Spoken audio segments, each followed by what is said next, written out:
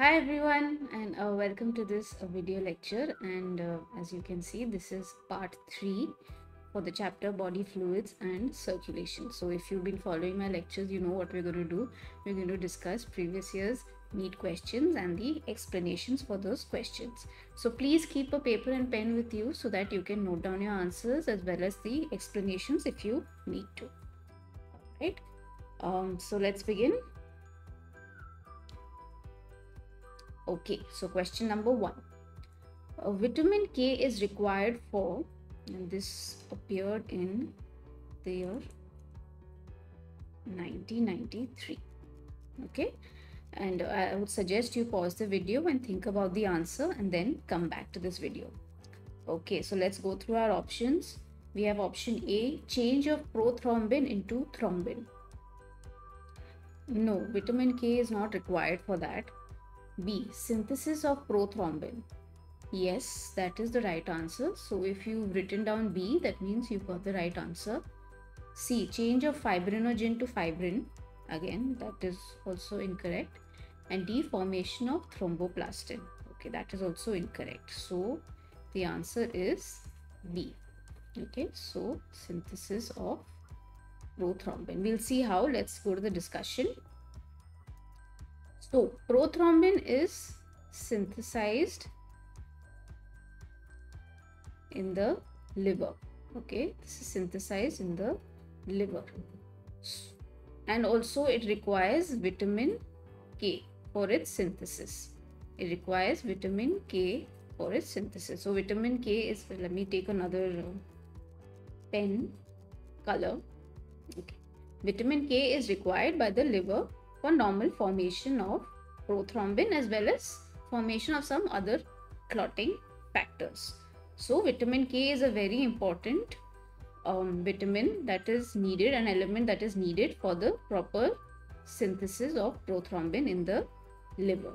Okay, so if vitamin K, there's a deficiency of vitamin K, a lack of vitamin K, this prevents the formation of prothrombin and could lead to bleeding tendency. Okay, so this will not help in the formation of prothrombin. So once prothrombin is missing, then clotting reactions will be affected. Okay, that is why vitamin K is needed. This was a pretty direct question. This should have been easy to answer this question. And yeah, let's go back to the question again to see if we've answered it. So vitamin K is required for synthesis of prothrombin. So the answer should be B. Okay, so this was a fact. This you should have known. Vitamin K is required for synthesis of prothrombin in the liver. Okay, let's move on to the next question. Question number 2. Cell formed in bone marrow include, this appeared in 1992. Okay, so you have your options A, B, C and D. Again, pause the video and think about the answer and then come back. Cells formed in bone marrow include A, RBCs, B, RBCs and leukocytes, C, leukocytes, D, lymphocytes. So cells formed in bone marrow include what? Which one? Obviously B. This is again a fact, right? RBCs and leukocytes are responsible, okay, are formed in the bone marrow, and bone marrow is responsible for formation of these cells. So again, your answer is B. Okay, so if you've written down B, that means that you've got the right answer. Okay, RBCs and leukocytes are A and C. So RBCs and leukocytes, ideally B is the appropriate answer. Lymphocytes are not formed in the bone marrow. So there are lymphocyte stem cells that are formed in the bone marrow. Okay, they are formed in the bone marrow.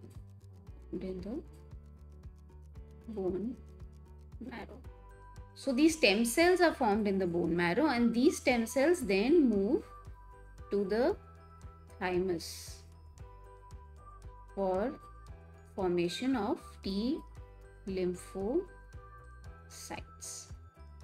Okay, they move to the thymus for the formation of T lymphocytes. That means those stem cells that are destined to be converted to T lymphocytes, they will move to the thymus, and this process is actually called pre-processing. It's a term that is given. It's called pre-processing. Okay, so these stem cells move to the thymus for T lymphocytes, and this pre-processing occurs in the thymus. Okay, and for B lymphocytes, they initially in the fetal life, they pre-processing occurs in the liver, and in the later fetal life, that means we're still fetuses then, pre-processing occurs in the liver, in the bone marrow, and after birth also it happens in the bone marrow. Okay, so ideally B should be the right answer. We'll go to the explanation. So as we've discussed, RBCs and leukocytes. I mean, leukocytes, granulocytes, the neutrophils, eosinophils, basophils, and monocytes, they are formed in the bone marrow. So lymphocytes initially begin as lymphoid stem cells, okay, in the bone marrow, and the pre-processing of T lymphocytes takes place in the thymus, and then they migrate to the lymphoid tissues. Similarly, pre-processing of B lymphocytes, there are two types of lymphocytes, right? B and T. Again, I would suggest you read the chapter Human Health and Disease, okay, because it is explained in detail over there in NCERT. Okay, what are B, T lymphocytes? Okay, so please read Human Health and Disease chapter in NCERT. So pre-processing of B lymphocytes occur in the liver, okay, in the middle fetal life, and then in the bone marrow in the late fetal life and after birth. Okay, so this is it. I think I've answered this question. Again, this was also a pretty direct question, so RBCs and leukocytes should have come easily to you. Okay, and you should have been able to answer this question quite easily. Yeah, so let's go back to the question and look at it once more. Again, cells formed in bone marrow include RBCs and leukocytes. I don't think there should be any confusion in understanding this. Okay. Question number 3. Okay. Component of blood responsible for producing antibodies is, and this question appeared in 1992. So you have A, thrombocytes, B, monocytes, C, erythrocytes, D, lymphocytes. Okay, again pause the video and think about the answer, and this is also again a pretty direct question. Okay, so which component of blood is responsible? Lymphocytes. So your answer should be D. Clearly D. Okay, antibodies. So B lymphocytes are responsible for producing antibodies. So what happens is, let's go to the discussion. They're responsible for producing antibodies, like I said. So I told you, right, pre-processing occurs. Now these B lymphocytes, they migrate to the lymphoid tissue,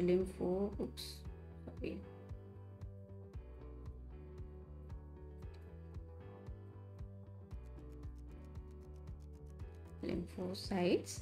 They migrate after pre-processing is done. They migrate to the lymphoid tissues. Okay, and when they occur, when there's an occurrence of antigen in the body, okay, a pathogen in the body, okay, what happens is helper T cells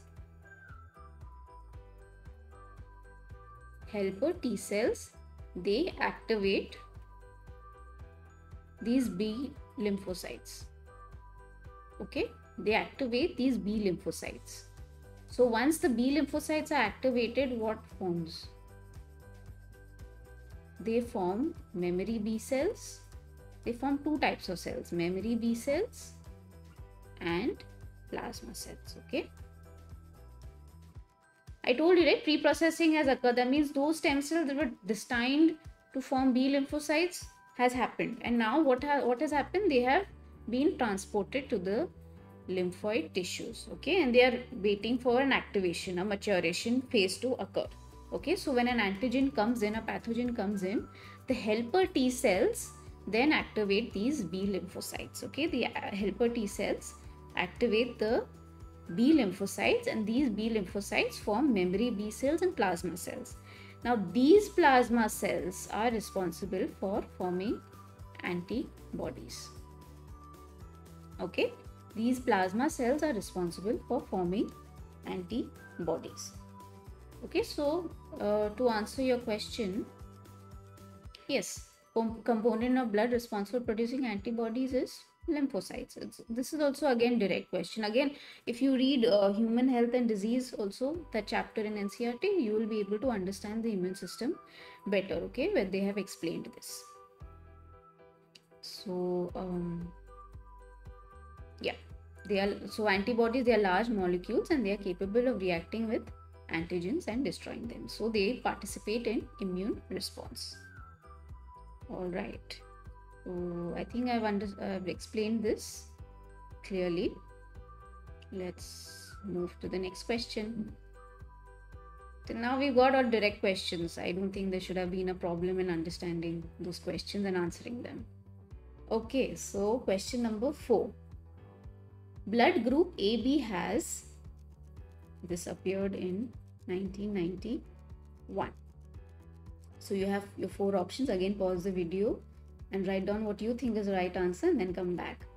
Okay, A. Blood group AB has no antigen. B. No antibody. C. Neither antigen nor antibody. D. Both antigen and antibody. Again, we've already discussed this in the previous video lecture, part 2. Please check out part 2 if you like to, where I have explained the different blood groups, right? So blood group AB has it has antigen. So if this was AB, so it has A and it has B in the blood, but it has no antibodies. So your answer should be B. Clearly, this was again a direct question. Remember the table? We'll come to the table soon. But yeah, just to quickly answer your question, blood group AB has no antibodies. Okay, it has antigen A and B, but it has no antibodies. Okay, so blood group AB is a universal recipient. Okay, so again, yeah, we've already, I'm sure you're familiar with this table. Again, this table is very, very important. You see the number of questions that have come for, blood group AB, ABO blood group system. So it is very important that you study this table. Okay, so if you look at AB, it has antigen AB, but antibody in plasma is none. This was again direct question, right? It's easy to answer this question. If you knew this table, if you understood the concept of that ABO blood group system, you should have been able to answer this question easily. Again, a direct question. Okay. Question number 5. Carbonic anhydrase occurs in A. lymphocytes, B. blood plasma, C. RBCs, D. leukocytes. This question appeared in 1991. Again, a direct question. There should be no doubt in answering this. If you've studied breathing and exchange of gases also, you should have been able to answer this question. This is not only pertaining to body fluids and circulation. Again, if you want, you can watch my video lectures on breathing and exchange of gases. I've explained this. So it is clearly C. Carbonic anhydrase occurs in red blood cells. Okay, and we'll see how. Let's look at the discussion. So it is an enzyme. Okay, carbonic anhydrase, as you know, is an enzyme that occurs in the RBCs, and they catalyze a reversible reaction between CO2 and water to form carbonic acid. Okay, we'll look at the reaction. This is a very, very important reaction. I'm sure you've come across this like a million times in breathing and exchange of gases, right? Why? Because this is responsible for forming bicarbonate ions. Okay, this is responsible for forming bicarbonate ions, and bicarbonate ions are responsible for transporting CO2. okay, from the tissues to the lungs, where after that it is converted to CO2 and then it is eliminated from the body. Okay, so with the presence of carbonic anhydrase, this reaction increases, the speed of the reaction increases by 1000-fold. Okay, so it increases by 1000-fold times. Okay, so it becomes very fast. This whole reaction occurs very quickly because of the presence of carbonic anhydrase, and this carbonic anhydrase occurs in RBCs. Okay, so this was again a direct question. Let's go back to the question. Yeah, so carbonic anhydrase occurs in RBCs. Clearly it's not lymphocytes or blood plasma or leukocytes, it's RBCs.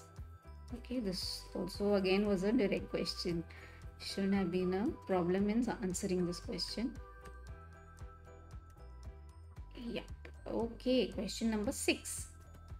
Removal of calcium from freshly collected blood would A. Cause delayed clotting, B. Prevent clotting, C. Cause immediate clotting, D. Prevent destruction of hemoglobin.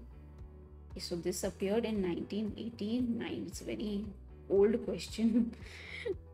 Okay, so removal of calcium from freshly collected blood would prevent clotting. So calcium is a very important element, okay, for clotting reactions to occur. So if calcium was removed, it would prevent clotting. So for example, remember in the last video lecture I spoke about the blood collections that happen where anticoagulants are present in those tubes. Okay, anticoagulants are present in the tubes for to analyze plasma and blood cells. Okay, so anticoagulants, what they do is they destroy the calcium ions. Okay, they destroy the calcium ions, and so that prevents clotting. Okay, that prevents clotting of blood in those tubes. Okay, and then if you even centrifuge that tube at a very high speed, what you will get is a yellow color supernatant, and that is actually the plasma. Okay, you get a yellow color supernatant on top, and these blood cells are at the bottom over here. So you can use this plasma for your analysis. Okay, you can use this plasma for your analysis. So if the calcium ions were removed, it would prevent clotting. That's how anticoagulation is performed. Okay, that's how in labs also what they do is they use tubes where there are anticoagulants inside and they destroy those calcium ions in the blood, and so that prevents clotting from happening. Okay, let's look at the discussion. So they are responsible for promoting blood clotting reactions. Yeah, like I already said. So when the levels fall below the threshold level, then clotting reactions stop. Okay, so yeah, here is a an outline of what the clotting reactions look like. So you see calcium over here converts prothrombin to thrombin. Just imagine if calcium was cut off over here, calcium was cut off over here. Clearly, if calcium was cut off here, prothrombin wouldn't be able to convert to thrombin. Okay, so this is very obvious. And then after that, the other reactions also wouldn't occur. So this would prevent clotting from happening. Okay, so let's move on to the next question. Again, this was direct question. We go back to our question again. Yeah, removal of calcium ions. I mean, you needed to use a little bit of logic here. So I would give it a smiley face. It's a very big face, but whatever. But anyway, just to be able to use your logic, your theory into a practical use, then that way this question was a good one. Yeah, it wasn't like direct like the previous questions that we saw, but yeah, if you knew your theory well, then you should have been able to answer this question properly. Okay, question number 7. Again, this looks like an ABO blood group question. Alright, let's read the question. A person with blood group A requires blood. Okay, the blood group which can be given is A and B, B, A and AB, C, A and O, D, A, B, AB and O. So this appeared in 1989. So person with blood group A. So this is blood group A. A is present. Antigen A is present. So which antibody is present? Anti-B antibodies are present in the plasma. So which one would it be? Obviously you can give blood group A to a person which has blood group A, right? So that is one of the options there. Plus, which is a universal donor? O. Clearly it is O. Sorry. Clearly it is O. Okay. So your answer should have been C. So you have A. You can't give B to a person who has blood group A. No, there will be a mismatch. Agglutination will happen and that would be a very severe reaction. Clearly you can't give AB also. You can't, yeah, I think I've covered everything else. You can give A, you can give O. Okay, we'll go to the table and we'll look at that here. So we've already seen a person with blood group A has antibody B. So you can't give B to A. Then agglutination will form, right? Clearly you can't give AB also because it has B antigen, so that will also react. But you can give O, so there is no antigen, so no agglutination will happen, right? Again, this was based on this particular table. So again, we come back to this table again. This is very very important. This is very, very, very, very important, guys. Please note it down in your notebooks and study this table. So like I said, if a person who has blood group A has anti-B antibodies, so you can't give B because it will react. You can't give AB also because it has B, so this will also react. Okay, so what you can do is you can give A to A, that is fine, and you can give O. O is called a universal donor. Universal donor blood group. Okay, so answer, let's go back to the question. The answer should be A and O. Very, very clear, very obvious. If you understood the concept of the ABO blood group system, you should have been able to answer this question easily. Okay, let's move on to the next question. Okay, question number 8. Which one engulfs pathogens rapidly? Okay, and this appeared in 1989. Again, a very old question. Okay, again pause the video and write down what you think is the right answer and come back. All right, so A, acidophils, B, monocytes, C, basophils, D, neutrophils. Again, this is very easy. Which one engulfs pathogens rapidly? It is neutrophils. So say monocytes are also responsible for, no, monocytes are not responsible. It is when it is converted to macrophages. When monocytes are converted to macrophages, macrophages engulf pathogens.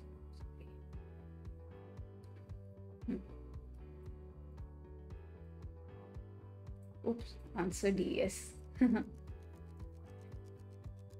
Macrophages are responsible for engulfing pathogens. Okay, but if you have to answer this question, the appropriate answer would be neutrophils, clearly neutrophils. Okay, so the answer should be D. Okay, for question number 8, it should be D. Acidophils and basophils don't fit into that answer. Acidophils are cells that intake or can uptake acidic dyes, and basophils are cells that can uptake basic dyes. So that doesn't really answer your question. Your answer should be neutrophils, and we'll see how. So neutrophils engulf pathogens by a process called phagocytosis. Now you must be familiar with this term, phagocytosis. Okay, it is a cellular ingestion of the pathogen. Okay, now neutrophils are designed or they're engineered in such a way that they only attack pathogens. Because if they start attacking our own cells, our antigens, then it will be a problem, right? Because then they'll start eating up our cells. So they're engineered in such a way that they only attack outside pathogens, okay, foreign bodies that are present in our system. All right, so we'll see how that occurs. So occurrence of phagocytosis is when there's a presence of rough surface on the tissues. So these neutrophils, they will detect any rough surface on the tissue. There's a rough surface on the tissue. This is the tissue cell. It will detect that and it will phagocytose that. Okay. If there's a smooth surface, it will not attack that. Okay. So neutrophils are designed in such a way that they will only attack these rough surface tissue cells. Okay. Another is absence of protective coats, that is dead tissues and foreign coats. Okay. So our antigens, they have a protective coat. So this was a self antigen. That means our own antigen, body antigen. This has a protective coat. We have to give it another color. Let's say, okay, this is a self antigen and it has our own protective coating. So neutrophil will not come and attack. Okay. Now there is a foreign tissue, a foreign antigen or a dead tissue that will not have this protective covering. Okay. Because a foreign antigen will not have this protective covering. So neutrophil will phagocytose this antigen. Alright. So it is engineered in such a way that it will only attack those foreign antigens which don't have this protective coat. Okay, it will not attack our self antigen, our healthy cells, because they already have a protective coat. Another third way of how phagocytosis occurs is when, now you know, antibodies are present in our system, right? They get activated when a foreign pathogen is there in our body. Where is it? Sorry. Yeah. So say if this is an antigen, let's say this is an antigen, okay, in our body, antibody, I'm sorry, if this is an antibody, okay, so this will attach to this antigen over here, a pathogen, let's say, okay, this is a pathogen. All right, now there's another molecule called C3 molecule which also attaches to this antibody. Now C3 molecule is a molecule, I will not go into so much detail, but just to help you understand, C3 molecule is a molecule that is formed in the complement cascade of the immune system. Okay, so when there's an immune response, a complement cascade occurs and C3 molecule is formed in that. Okay, so just to explain phagocytosis to you. Now C3 molecule also attaches to this antibody and this C3 molecule attracts neutrophils for phagocytosis, or they attract the phagocytes to perform phagocytosis. Okay, so then this antigen is destroyed through that. So C3 molecule is calling all the neutrophils, the phagocytes that are present in our body, okay, we need your help now. Please destroy this foreign antigen. Okay, so the antibody and antigen reaction occurs. Now C3 molecule also attaches to this antibody and C3 molecule then sends a signal to the phagocytes, guys, we need your help now to destroy this foreign antigen. So they phagocytose this antigen, foreign antigen. Okay, so that is how phagocytosis occurs. It's quite interesting how the human body is engineered, you know. Just imagine, who could have imagined all this, okay, that how neutrophils are designed in such a way that they can perform phagocytosis. So it's as and when you read more about the human body, you begin to appreciate it more. All right, so this is just an extra piece of information to help you understand how these phagocytes function. So yeah, to answer your question now, let's go back to the question, which is our purpose of this presentation, is that which one engulfs pathogens rapidly, and clearly it is neutrophils. Monocytes, when they are converted to macrophages are also phagocytes, and they perform their function in the tissues. Okay, so answer should be D. Okay, so question number 9. Child death may occur in the marriage of, you have your options A, B, C and D, and this appeared in 1988. Let me just change this. Alright, so you have, again pause the video and write down what you think is the right answer and come back to this. Alright, so A, we have Rh positive man and Rh positive woman. No. We have Rh positive man and Rh negative woman. Yes. This is the right answer. C is Rh negative man and Rh negative woman, and D is Rh negative man and Rh positive woman. So your answer should be B. Again, I have already explained this in part 2. So this question is related to erythroblastosis fetalis. Okay, it is related to the newborn disease, erythroblastosis fetalis. Okay, I will explain this again, how it occurs in the Rh positive man and Rh negative woman. Okay, so let me just quickly just draw a diagram and explain it to you. Now imagine Rh negative woman's blood. Okay, now with an Rh positive man, she has a baby, or she's pregnant with a baby, let's be precise, who is Rh positive. Okay, she's pregnant with a baby who's Rh positive. Now this is first pregnancy. Okay, she's pregnant for the first time. Alright, she's pregnant for the first time. Now what happens? During childbirth, during parturition, okay, it's another term for childbirth, some of the blood from this neonate, that is the newborn, mixes with the mother. Some of the blood mixes with the mother. So what happens is Rh positive enters here. Rh positive enters into this mother's blood. So how does the mother's blood react? She will start producing anti-Rh antibodies. She will start producing anti-Rh antibodies.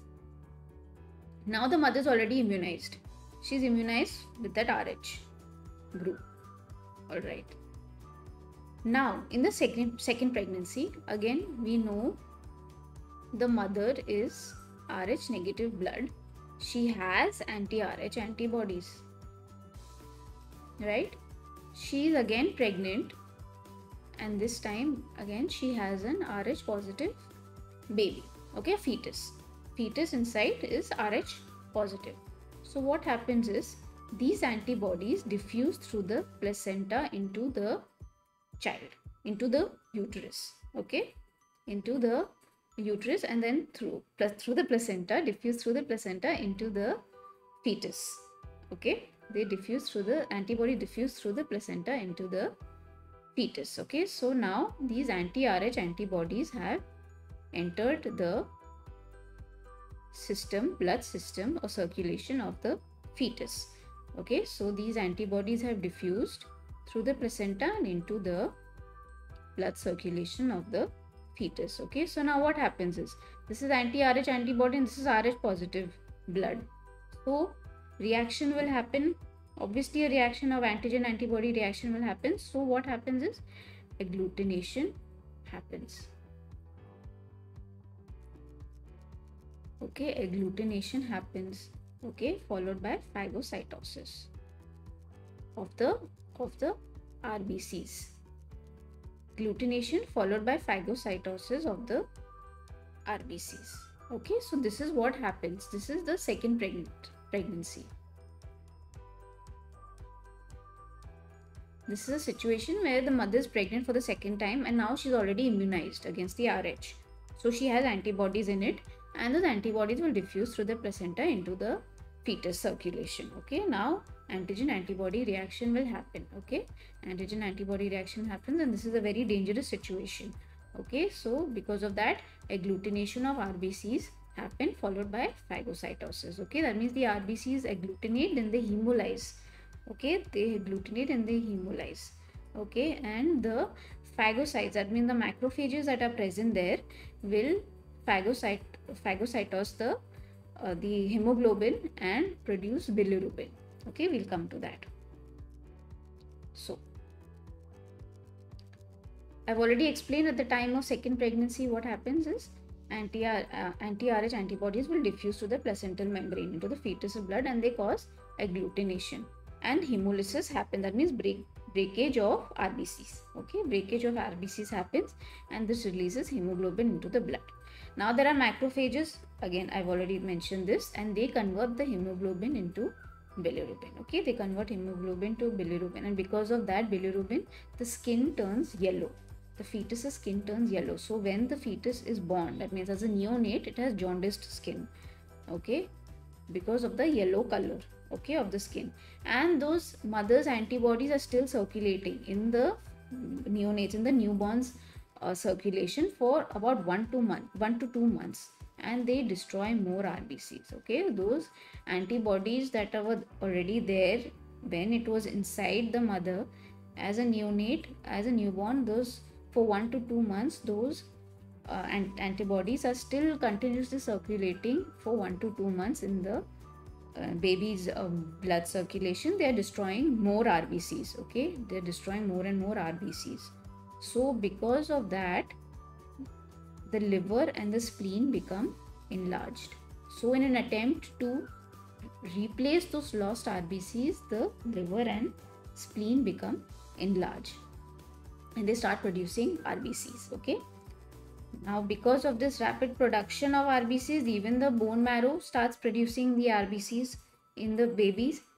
So immature nucleated blastic forms are passed from the bone marrow into the circulation. Now we come to the main point. Why is it called erythroblastosis fetalis? Okay, why is it called? I've just given you a background now of how we come to this stage. Okay, why we come to this stage.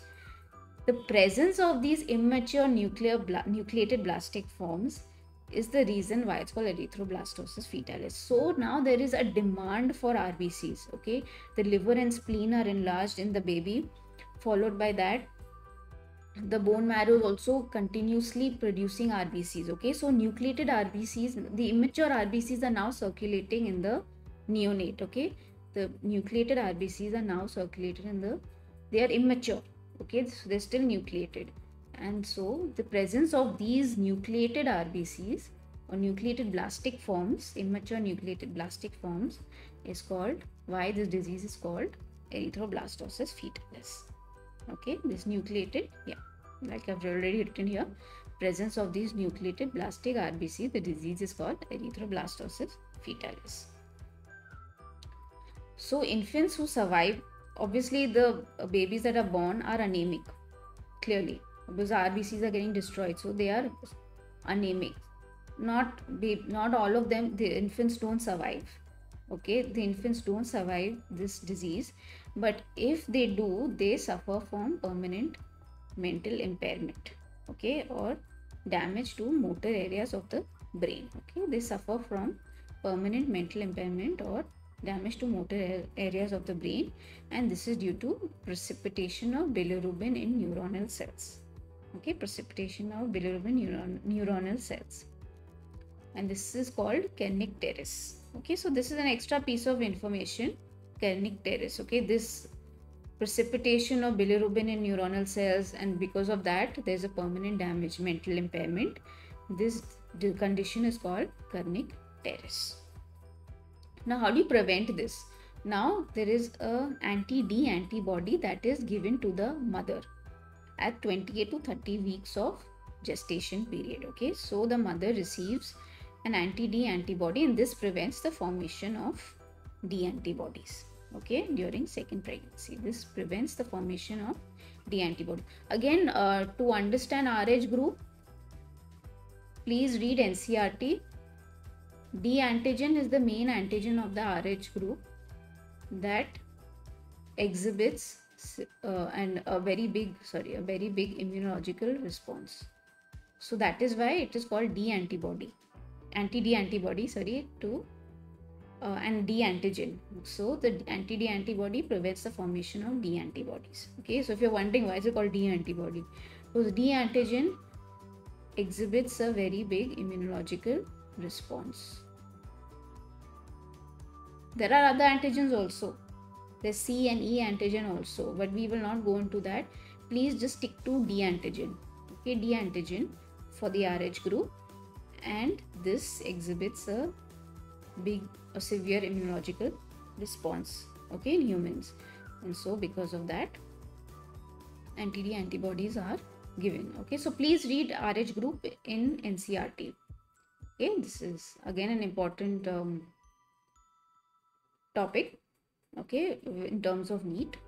So erythroblastosis fetalis is not really mentioned or explained in that, but since there are questions from this particular topic, I would suggest you study this from my presentation. You can note it down in your notebook and then come back. I've also explained this in part 2. So if you've been following my video lectures, you would be familiar with this explanation. Yeah. All right. Let's move on to the next video. Next question. Sorry. Question number 10. Breakdown product of hemoglobin is. This question appeared in 1988. You have A. bilirubin, B. iron, biliverdin, C, and D. calcium. Now let's understand what breakdown product means. Now they have said breakdown product of hemoglobin. So breakdown product is a chemical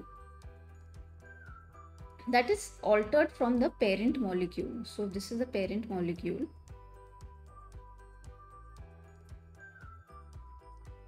Okay, you form a chemical from the parent molecule which is altered.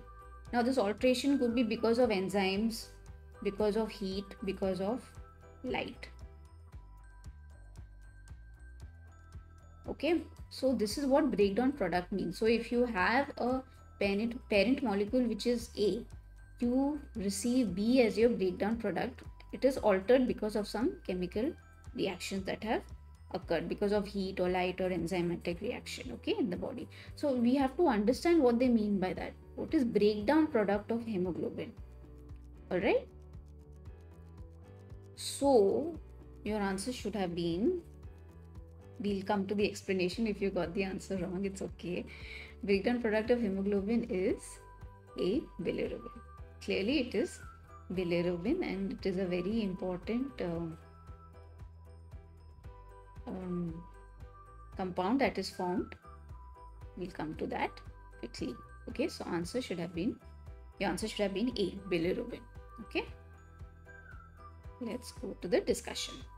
So I think I've also explained in my previous video lectures where I've talked about how spleen breaks down the fragile RBCs. Okay, how they break down the fragile RBCs. Okay, now we know that RBCs have a lifespan of 120 days. Okay, they have a lifespan of 120 days where they break down. So once the RBCs go to the spleen, I've also explained how they squeeze out, and the fragile ones, they rupture. Okay, they rupture over there. So cell membranes of fragile RBCs rupture, and what they do is they release hemoglobin. Okay, which is phagocytized by Kupffer cells. Kupffer cells are present in the liver and macrophages of the spleen and bone marrow. Okay, there are Kupffer cells also that are present in the liver, which phagocytize the hemoglobin. Okay, the released hemoglobin, and there are macrophages present in the spleen and bone marrow also, which do the same job. All right, I've explained the spleen in detail in the previous video lecture. Okay, so you can check it out. Now once these fragile RBCs, they have ruptured, hemoglobin is released. Correct, hemoglobin is released, and these hemoglobin is phagocytized by these macrophages and Kupffer cells. Now I have already explained the structure of hemoglobin because it is important to understand the structure of hemoglobin. You have iron, you have a globulin chain, and you have 4 pyrrole rings. This is the structure of hemoglobin. Please check breathing and exchange of gases. I have explained this in detail, how hemoglobin is structured, how it is formed. Okay, we have 4 pyrrole rings, and we have iron in between, and we have a globin chain. Okay, it's a protein chain. Now just imagine if, now this is into 4. Sorry, this is into 4. Now there are 4 structures like this, which then combine together to form the hemoglobin molecule. Okay, there are 4 structures like this. This is only one. This is a monomer. Okay, so they all combine together to form the hemoglobin structure. Okay, we'll just look at one. Just imagine if this is ruptured, RBCs are ruptured, sorry, and this hemoglobin breakdown has occurred. So now iron will be released, correct? Iron will be released. Now iron is not really a breakdown product of hemoglobin. Iron is just being released and it is being transported in the blood. Okay, it has been transported in the blood. Globin chains convert to amino acids. Okay, globin chains then convert to amino acids. Now these four pyrrole rings, they together form they are the precursors of forming bilirubin in the blood. Okay, they are the precursors of forming bilirubin in the blood. The iron breaks away, globin chain, the globin protein converts to amino acids. These four pyrrole rings, okay, they combine to form the precursors of bilirubin. Okay, that is why bilirubin is the breakdown product and not iron. Iron is just breaking away from hemoglobin and it is being transported in the blood. We'll come to iron and how it is transported in the blood. So iron is released and is transported in the blood by transferrin. Okay, there's a molecule called transferrin. So iron attaches to transferrin. Okay, and it is transported in the blood. Okay, it attaches to transferrin and transferrin takes him around in the blood. Okay, now this transferrin and iron attachment is loose. Okay, so whenever there's a requirement or wherever there's a requirement, iron can detach easily. Okay, whenever there's a requirement, iron can detach easily. Okay, so it can be released to any tissue cell at any point in the body. It is transferred to the bone marrow. So this transferrin ion goes to the bone marrow for the production of new RBCs or to the liver and other tissues for storage as ferritin. Okay, so this transferrin molecule can go to the bone marrow where it is then detached from transferrin, the iron molecule detached from transferrin, and for the production of new RBCs. So new RBCs will be formed there, or it can go to liver and other tissues. Go to liver and other tissues where it is converted to ferritin. Okay, and it is stored there for future use. So iron as such is not really the breakdown product of hemoglobin. Bilirubin is. Now we'll come to bilirubin. Now porphyrin. Okay, porphyrin. So these pyrrole rings, these four pyrrole rings together form porphyrin. Okay, and they are phagocytized by the macrophages. Okay, they are phagocytized by macrophages. So initially what happens, biliverdin is formed. Biliverdin is formed and that rapidly changes to bilirubin. Okay, it is rapidly converted to bilirubin. So the final product you get is bilirubin. Okay, the final product of this whole process is what you get is bilirubin. And it is released from the macrophages. Now all this whole process, one second, I will erase all the stuff that you don't need. All right, sorry. Now macrophage, just imagine this is the macrophage and bilirubin is formed here. Okay, bilirubin is formed here and it is released. Now it is free bilirubin.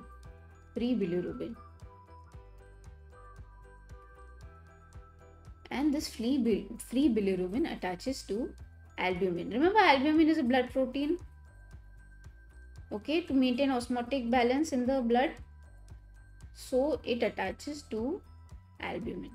Okay, this free bilirubin attaches to albumin in the blood, and this albumin takes the free bilirubin to the liver. Okay, to the hepatic cells. So the free bilirubin attaches to albumin and is absorbed by the hepatic cell membrane. So in the hepatic cells, that means the liver, the bilirubin detaches from the albumin. Okay, I've got to go now. So the albumin leaves and this bilirubin then forms conjugates. Okay, now this is what is called conjugated bilirubin. Okay, when you do a blood test, there will be a free bilirubin, there will be a conjugated bilirubin. Okay, so this, what we just now saw, what I explained to you was free bilirubin. Okay, that is attached to the albumin. So once it enters the hepatic cells, it forms conjugates with certain compounds, glucuronic acid, sulfate, and there are other substances also present in the liver. So it forms conjugates with them. So this is conjugated bilirubin. Okay, now this is called conjugated bilirubin, and this is then secreted from the hepatic cells into the bile canaliculi and then into the intestine. Bile canaliculi, please study digestion and absorption, it is explained there. Okay, so conjugated bilirubin is then secreted into the bile canaliculi and then into the intestine. It's attached to the intestines. So bilirubin then goes into the intestines, where it is then secreted out in the form of urobilinogen in urine or as feces. Okay, so when you're excreting, feces have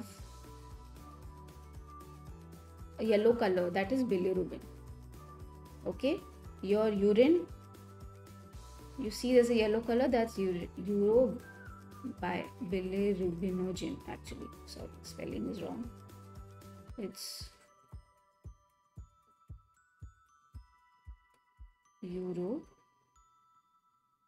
bilirubinogen.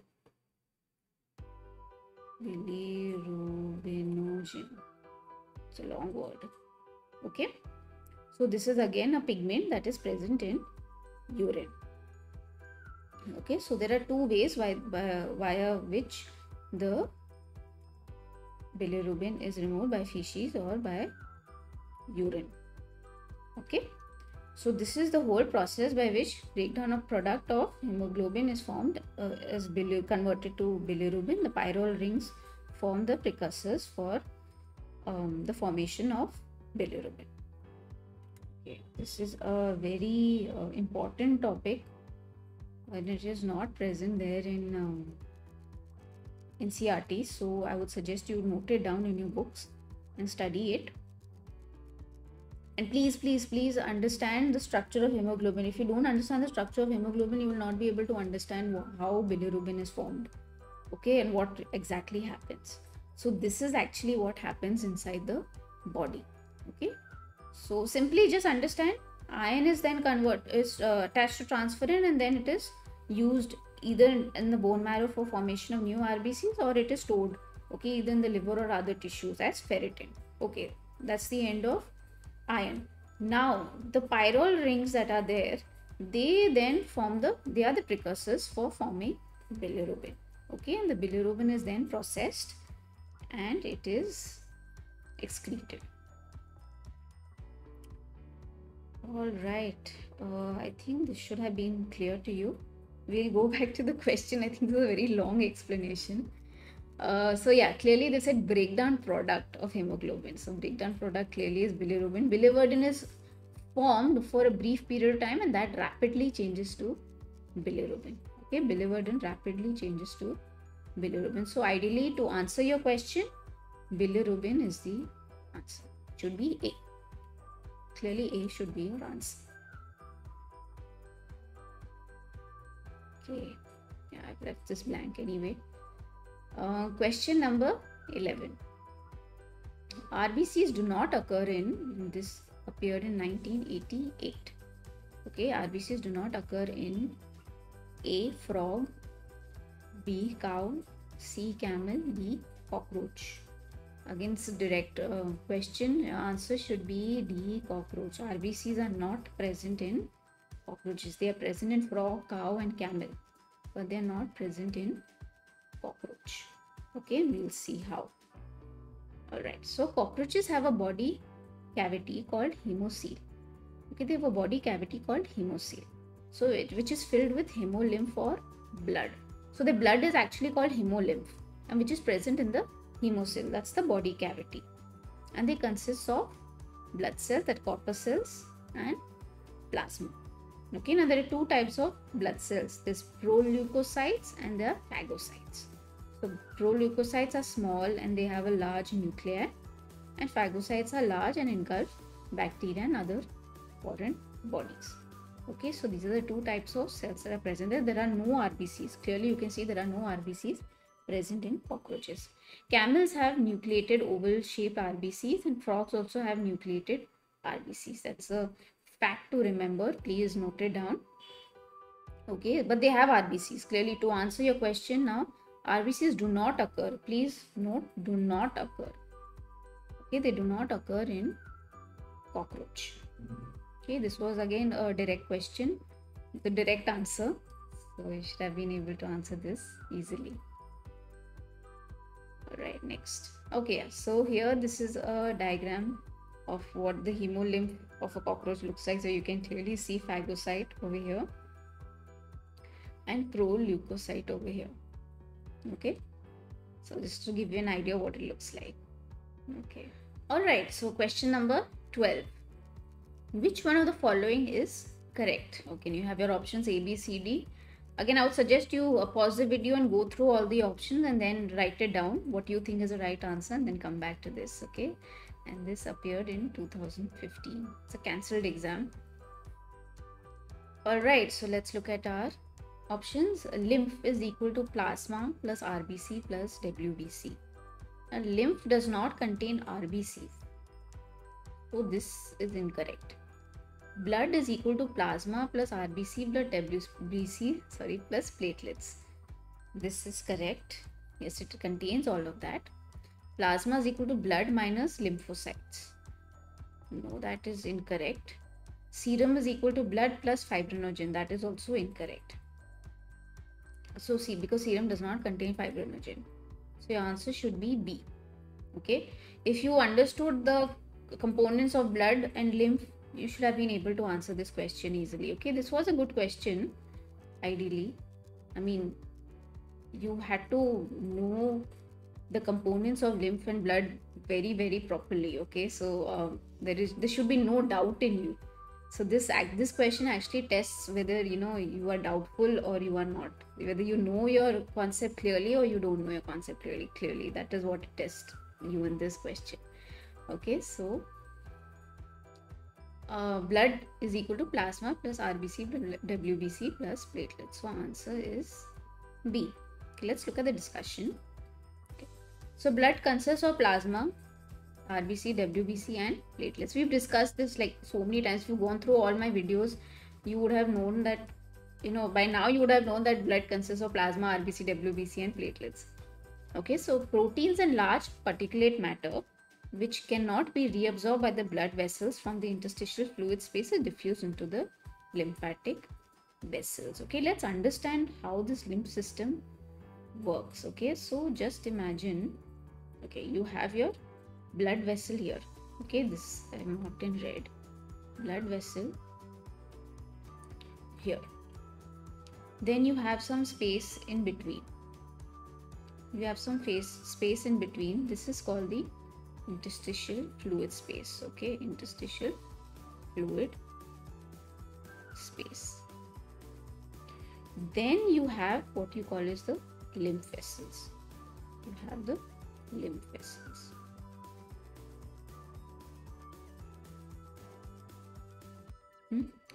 Now remember I had explained how oncotic pressure works with hydrostatic pressure. So when there is a force, okay, some fluid is pushed out because of hydrostatic pressure. Now there is albumin present inside the blood which will allow this flow of fluid back inside. Okay, this is oncotic pressure. But not all proteins are absorbed by the blood vessels. Okay, not all proteins are absorbed by the blood vessels. So they remain in this interstitial fluid.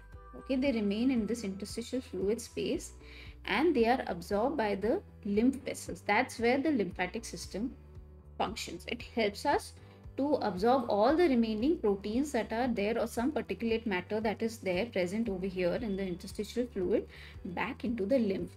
And this lymph vessels then again transport all those proteins and those particulate matter back into the blood.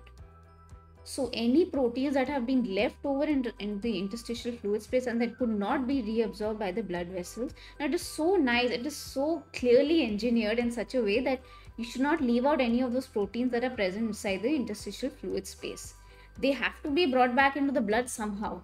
If the blood vessels cannot reabsorb that, they are because of the size or whatever it is, they are then absorbed by the lymph vessels. Okay, they are absorbed by the lymph vessels, and the fluid present inside this is called lymph. Clearly, the fluid present inside this is called lymph, and this then connects with the blood vessels. Again, this lymph connects with the blood vessels. Again, please study lymphatic system in there. It's there in NCERT. Okay, lymphatic system, NCERT. Okay, this lymphatic system is connected to the blood system, and it brings back those proteins back into the circulatory system of the blood. Okay, now just imagine the lymph system was not present, or it was destroyed. You would be dead in 24 hours. Can you believe that? Okay, so the lymph vessels or these lymphatic systems were not available to us. These proteins wouldn't have been able to transport back into the blood, and you would be dead in 24 hours. So these lymph vessels or this lymphatic system is a very important component of the circulatory system. Okay, till now we have only studied about the blood, or the blood vessels, the blood components and all that, but there's another system called the lymphatic system, and that is also very important. Okay, so all those proteins that were not be able to reabsorb back into the blood vessels are being diffused into the lymphatic system, and they are then brought back into the blood system. Okay, see how interesting it is, and how these are interconnected. You see, it's interesting to know how these are interconnected with each other. Okay, so the lymph contains plasma, WBCs, some proteins, but no RBCs. Okay, the RBCs remain in the blood vessels. Okay, so they contain plasma, WBCs, some proteins, but no RBCs. Okay, so to answer your question now, let's go back. Clearly, blood is over here. It said lymph is equal to plasma plus RBC plus WBC. But clearly, when you see RBC, you know that RBCs don't form a part of lymph. Okay, so blood is equal to plasma plus RBC plus WBC and platelets. Okay, so ideally this should have been your correct answer. Okay, so you understood how lymph works. All right, okay, so let's move on to the next question. Okay, question number 13. Compared to blood, our lymph has, again pause the video, think about the answer and then come back. This appeared in the year 2009. Compared to blood, our lymph has A. Plasma without proteins. No, there are proteins present. There's some of the proteins present, like I've already previously explained to you. The more WBCs and no RBCs. Yes, that is true. It contains lymphocytes. More RBCs and less WBCs. No. D. No plasmas. No, wait. Oops, sorry. So the answer should be B. The answer should be B. So it has more WBCs and no RBCs. To answer this question, yes, B should be the answer, the appropriate answer for this question. Compared to blood, our lymph has more WBCs and no RBCs. Again, I've already explained this to you. So lymph contains plasma, WBC, some proteins, but no red blood cells. Okay, I've already explained this. All right, so question number 14. All right, so which of the following is not the main function of lymph glands? Okay, which of the following is not the main function of lymph glands?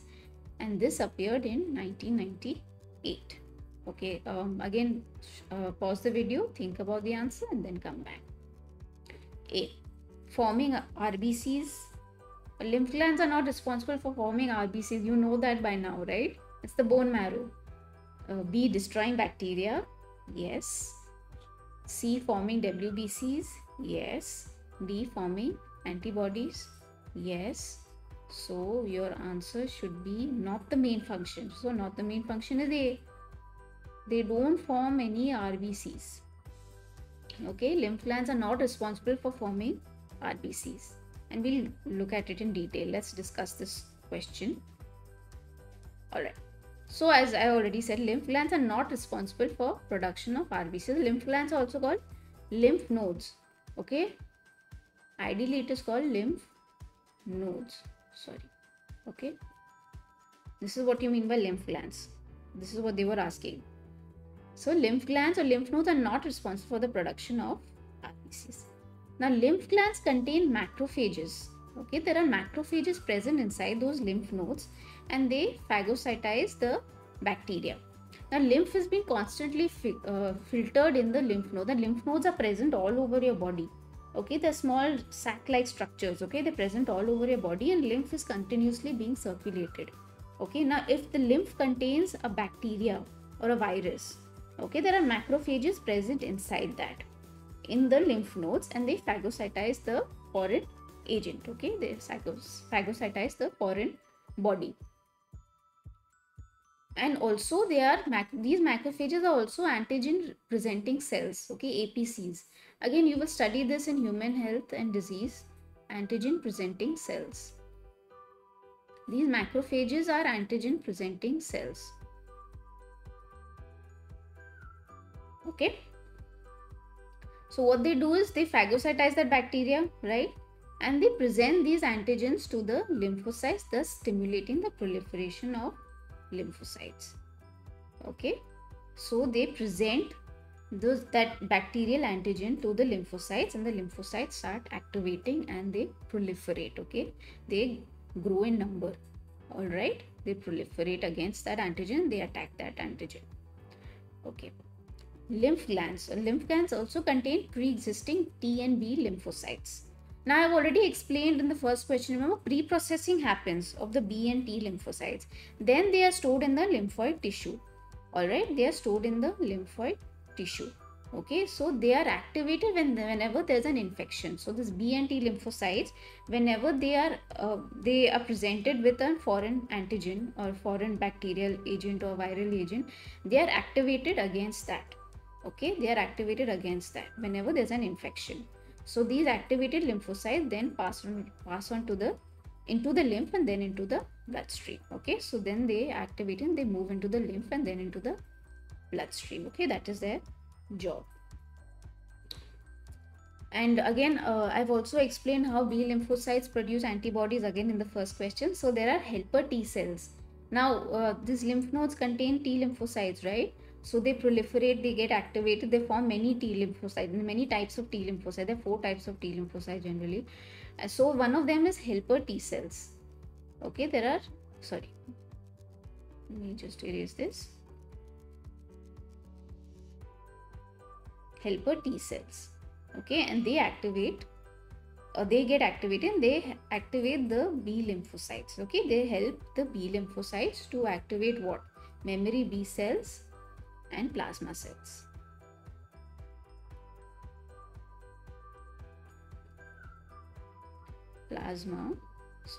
Cells. Okay, so these B lymphocytes get then activated. Helper T cells, they, okay, now wake up, you need to get activated. Okay, because there's an infection, you need to proliferate, you need to act now on that infection. So what they do is they form memory B cells and they form plasma cells, and these plasma cells in turn form antibodies. These plasma cells in turn form antibodies. Again, this whole process is very explained in detail in the chapter Human Health and Disease. Okay, so we are now only studying about body fluids and circulation, but to answer your question, since this question has appeared here, since they put an option for RBC, that is why it's appeared here, but in this chapter, but ideally this is explained more in detail in the chapter Human Health and Disease when you study the immune system in detail. Okay, so the helper T cells, they activate to help these lymphocytes produce antibodies. Okay, so they initially form, like I said, memory B cells and plasma cells. These plasma cells then secrete antibodies into circulation. Okay, so to answer your question, for now, since if you are not aware of the immune system, to answer your question clearly, lymph nodes are responsible for not forming RBCs. We are not the main function. Okay, the lymph nodes are not responsible for forming RBCs. So answer your question clearly, A is the answer. Okay, but I've also explained what lymph nodes do. Okay, how they help in destroying bacteria, how the macrophages are present in that. then how those pre-existing T and B lymphocytes that are present, they're already pre-processed, they're present there, and whenever there's an infection, they get activated and they proliferate. Okay, and also how helper T cells then activate B lymphocytes to form antibodies. Okay, so these are the three functions of the lymph glands or the lymph nodes. Okay, so it's good to remember all this, but like I said, you will study this in detail in the chapter immune system. Okay, where all these lymphocytes and antigen presenting cells and all that will macrophages, functions of macrophages will be discussed in detail. Okay, now I have only briefly explained it to you to answer this question here. Okay, and yeah, so this is a diagram of what a lymph node looks like. This is a lymph node in the body. So there are macrophages present over here. Let me just choose another color. There are macrophages present over here. Okay, so when this lymph enters here, okay, if there's any bacteria present, it will destroy the bacteria. Okay, and the lymph leaves the lymph node through this efferent lymph vessel. Okay, this is just to like show you what a lymph node actually looks like from the inside. Okay, this is the histology, the anatomy of the lymph node. Okay, just to help you understand it better. Okay, all right. Okay, so let's move on to the next question. Okay, question number 15. Which of the following statements is true for lymph? A, WBC plus serum, blood minus RBCs and some proteins, RBCs plus WBCs plus plasma, RBCs plus proteins plus platelets. Now, what is true for lymph? True for lymph. Clearly, RBC is not present, right? Over here. And serum over here, serum contains all proteins. It's like plasma. Only thing is the fibrinogen is absent. Okay, fibrinogen is absent there, but it contains all other proteins minus the fibrinogen. So ideally this is not the correct option. So B should be your right answer. So blood minus RBCs and some proteins. So answer is B. Okay, again this is a good question because not great, but it was a good question because it is testing your theory. Again, I've already explained this. So your concept should be very, very clear. Okay, what a lymph is, what a blood is, because this is very particular towards the concept, okay, of body fluids. So what is true for lymph? So it's blood minus RBCs and some proteins. Okay, let's look at the explanation. This appeared in 2002. Now, lymph does not contain RBCs and it does not contain all the proteins present in the blood, right?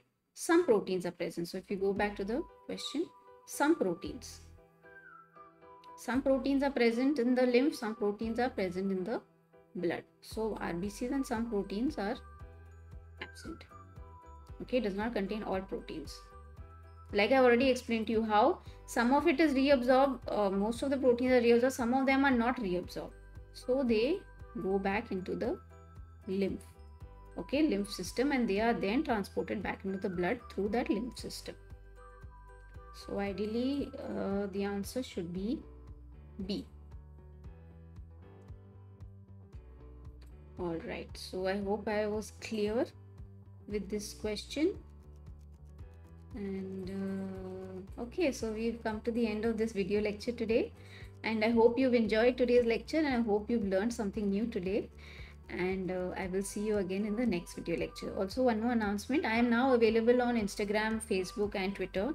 So I put the links in the description box below. So if you like to follow me for updates on new lectures that are uploaded on my YouTube channel, you can get that through those social media networks. All right, okay, so I'll see you in the next video lecture. Bye.